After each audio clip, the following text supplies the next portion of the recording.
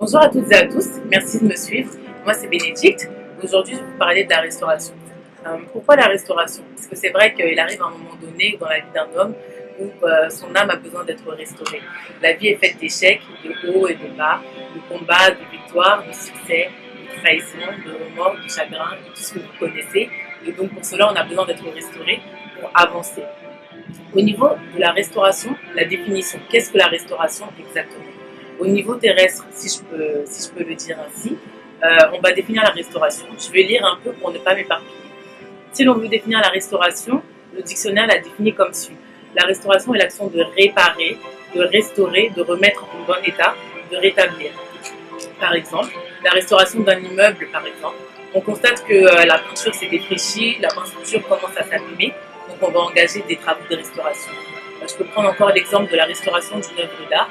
On constate que les peintures commencent à euh, devenir sombres, à s'abîmer, donc on va poncer, on va polir, on va rafraîchir l'œuvre d'art pour une peinture par exemple. Pour une statue, on va commencer à polir, on va la remettre en forme, on va la remettre en bon état. C'est des travaux de restauration. Donc on constate par là que la restauration s'apparête au fait de réparer quelque chose qui avait été brisé au préalable, qui était en mauvais état au préalable. Pour comprendre, pour aller en profondeur, on va passer à la définition de la restauration divine. Qu'est-ce que la restauration divine? Il n'y a pas de définition exacte de la restauration dans la Bible, du moins moi je n'en ai pas encore trouvé, mais au regard de la parole, je peux dire que la restauration de l'âme, c'est une action divine qui émane de Dieu, qui consiste à la régénération de tout ce qui avait été détruit. Qu'est-ce qui peut être détruit par exemple? Notre relation avec le Saint-Esprit, notre communion avec Dieu, parce que c'est ce qui est le plus important pour nous, chrétiens. Donc, qui avait été détruit, pourquoi? Par la désobéissance à la parole, donc le péché. Comment être restauré? Croire déjà que Dieu puisse nous restaurer, parce qu'il est le seul à pouvoir nous restaurer. Vouloir que son âme soit restaurée, comme les spirituels engendrent le matériel, il faut d'abord que notre système de pensée soit renouvelé, que la restauration commence déjà dans notre esprit pour qu'elle puisse se matérialiser physiquement, si je peux le dire ainsi. Pour illustrer mon propos, j'ai pris un passage de la Bible qui se trouve dans Romains chapitre 12 verset 2 qui dit « Ne vous conformez pas au siècle présent, mais soyez transformés par le renouvellement de l'intelligence, etc. » Il faut d'abord que notre système de pensée puisse être renouvelé pour que le processus de restauration soit engagé. Dieu est celui qui sonde le cœur et les reins, c'est lui qui transforme, c'est lui qui répare, c'est lui qui restaure. Pour illustrer mon propos, j'ai pris un psaume, le psaume 23, le psaume de David. David dit « L'Éternel est mon berger, je ne manquerai de rien. Il me fait reposer dans de verts pâturages, il me dirige vers des eaux paisibles, il restaure mon âme. » Donc on voit que David parle au présent. Il ne dit pas « Dieu a restauré mon âme » ou « Dieu restaurera mon âme ». Il dit « Il restaure mon âme ». Donc on comprend par là que c'est une action continuelle. Dieu, c'est le Dieu de la restauration qui restaure continuellement, encore et toujours.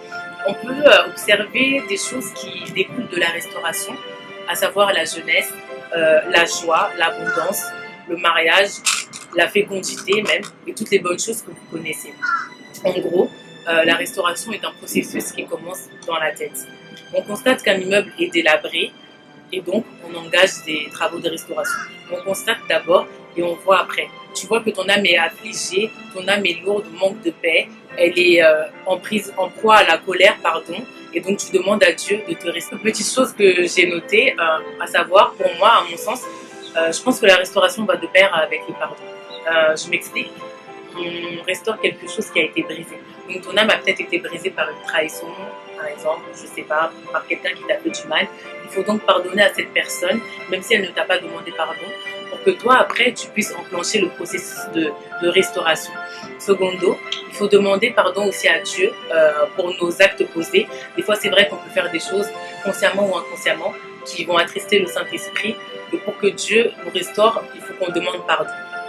Tertio, il faut se pardonner à soi-même. Des fois, on peut poser des actes qui nous font du mal, qui nous font du tort. On se rend compte que ce qu'on a fait, c'est pas bien.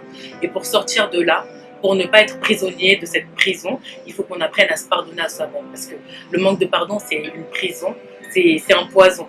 Donc en somme, je dirais que la restauration, c'est le chemin vers l'épanouissement de l'homme. La restauration, c'est le chemin qui ouvre la destinée de l'homme. Par la restauration, tu rentres dans ta destinée.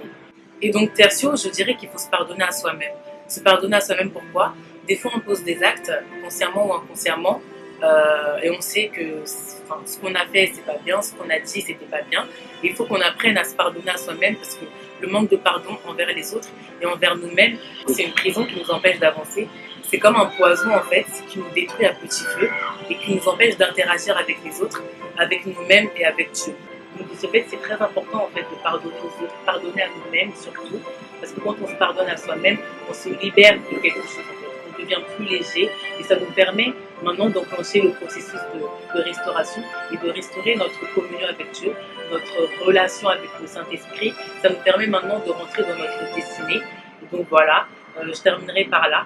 Merci à tous de m'avoir suivi. Merci à tous de me faire confiance. Et on se retrouvera dans une prochaine vidéo. Que Dieu vous bénisse.